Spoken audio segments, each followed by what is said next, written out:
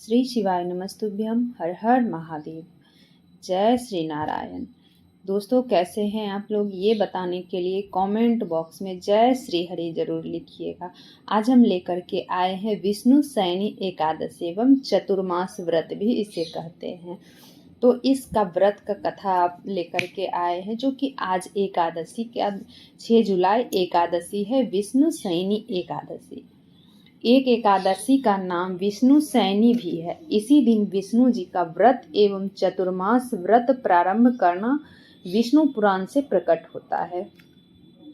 श्री कृष्णचंद्र जी ने कहा, हे राजन, इसको विष्णु शयनी कहते हैं और श्री विष्णु भगवान को प्रसन्न करने के लिए इसी दिन विष्णु शयन व्रत किया जाता है। मोक्ष की एक इच्छा करने वालों को इसी दिन से चतुर्मास व्रत प्रारंभ करना चाहिए। युधिष्ठिर ने कहा, हे केशव, किस प्रकार शयन व्रत करना चाहिए और चतुर्मास व्रत कैसे किया जाता है? कृपया यह विधि भी बतलाइए। श्री कृष्ण जी ने कहा, हे राजन, अब गोविंद शयन व्रत सुनो तथा चतुर्मास व्रत में जो भी व्रत किए जाते हैं उनको भी कहता हूँ।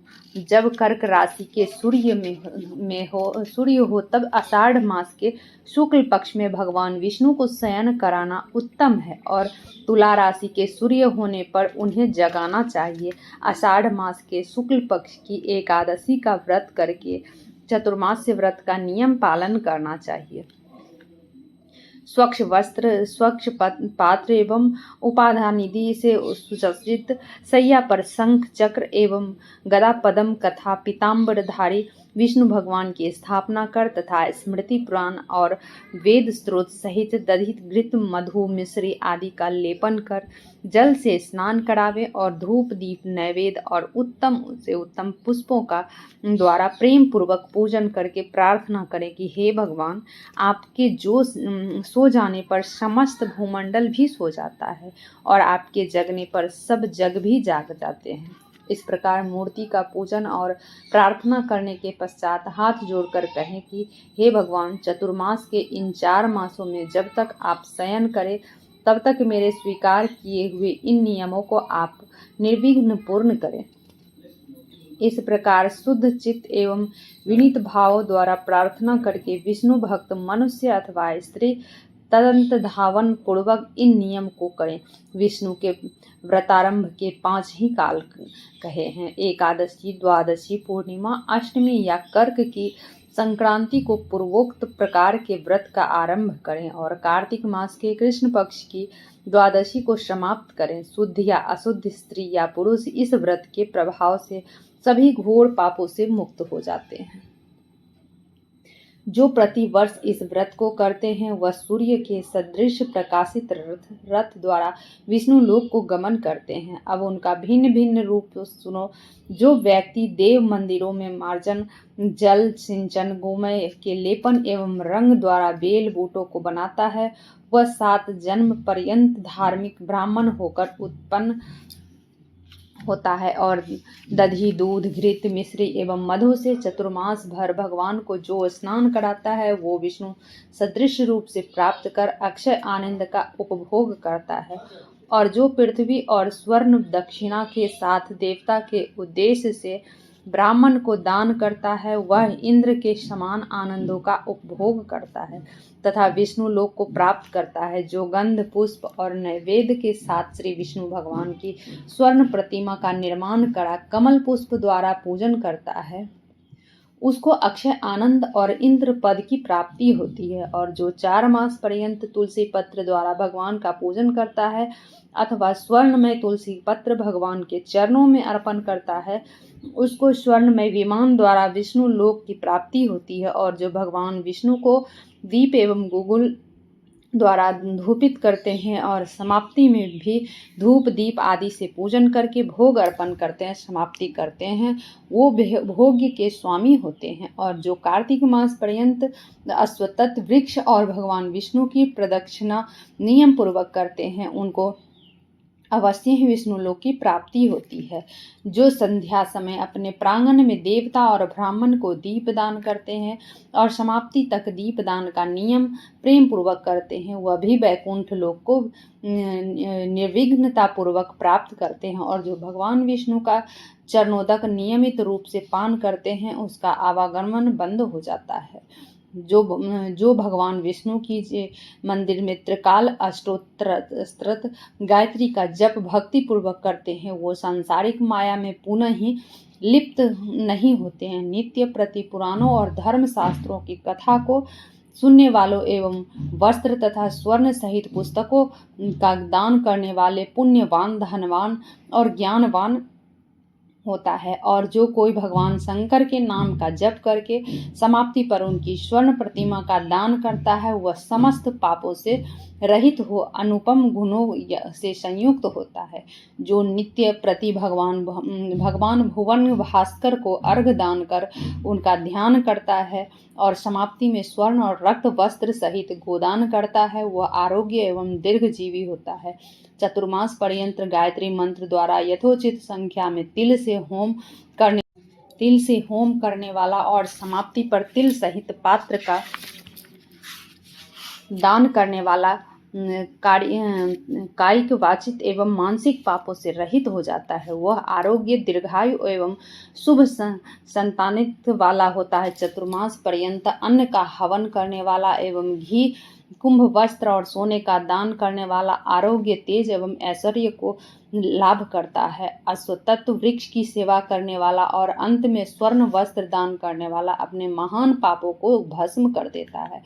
विष्णु प्रिय तुलसी को धारण करने वाला और ब्राह्मणों को भोजन कराने वाला विष्णु लोक को प्राप्त करता है।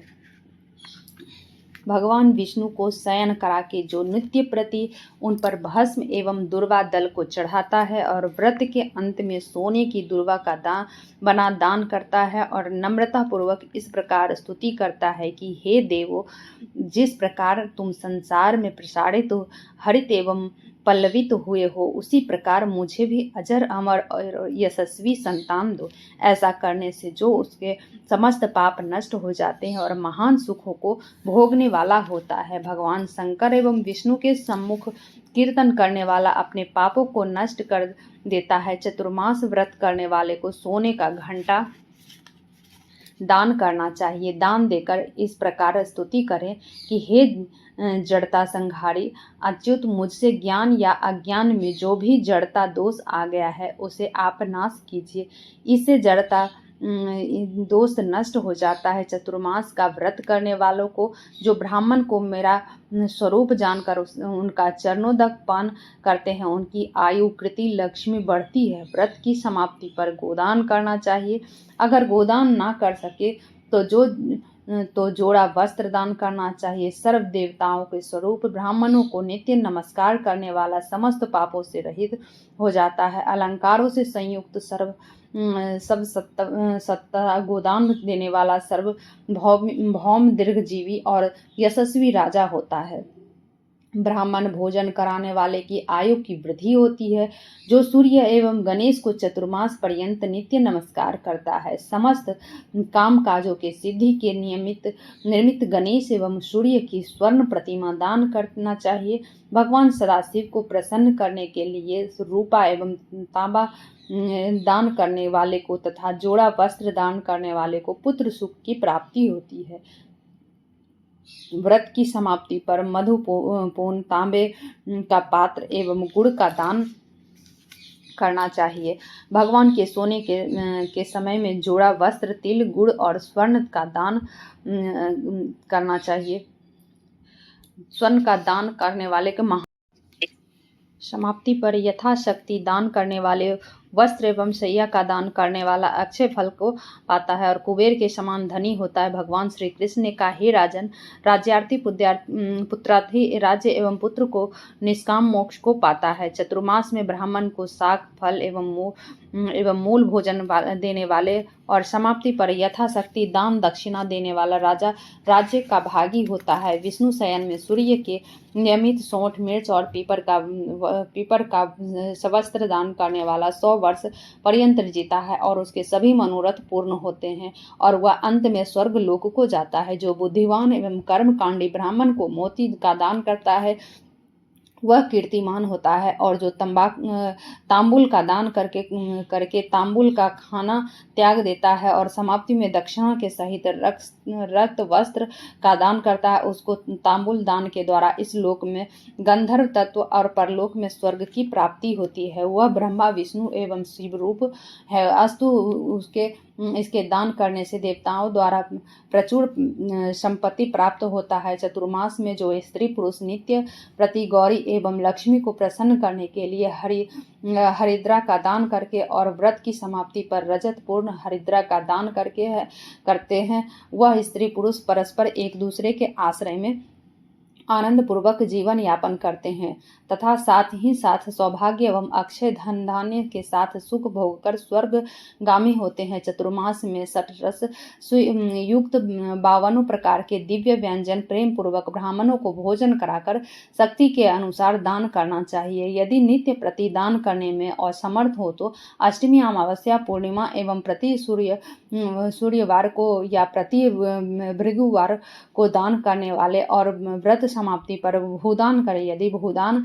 करना शक्ति से बाहर हो तो स्वर्ण से युक्त गोदान करें। यदि इसमें भी असमर्थ हो तो स्वर्ण सहित पादुका एवं स्वच्छ वस्त्रों का दान करें। इस प्रकार के दान करने वाले को अन्न एवं पुत्र पुत्रादि संपत्ति, विष्णु भक्ति और अंत समय में विष्णु लोक की प्राप्ति होती है। सर्वथा अर्थात दूध देती हुई गौ, आभूषण एवं दक्षिणा सहित दान करने वाले को उत्तम एवं शुद्ध बुद्धि की उत्पत्ति होती है।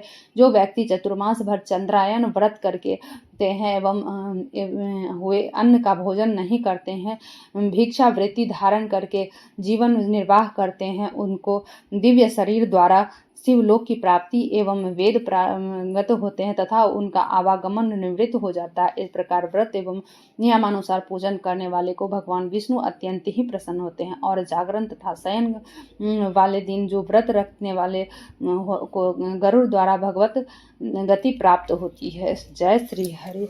दोस्तों हमारी वीडियो थोड़ा सा भी उपयोगी लगे तो कमेंट बॉक्स में जय श्री हरि जरूर लिखिएगा। श्री शिवाय नमस्तुभ्यम। हर हर महादेव।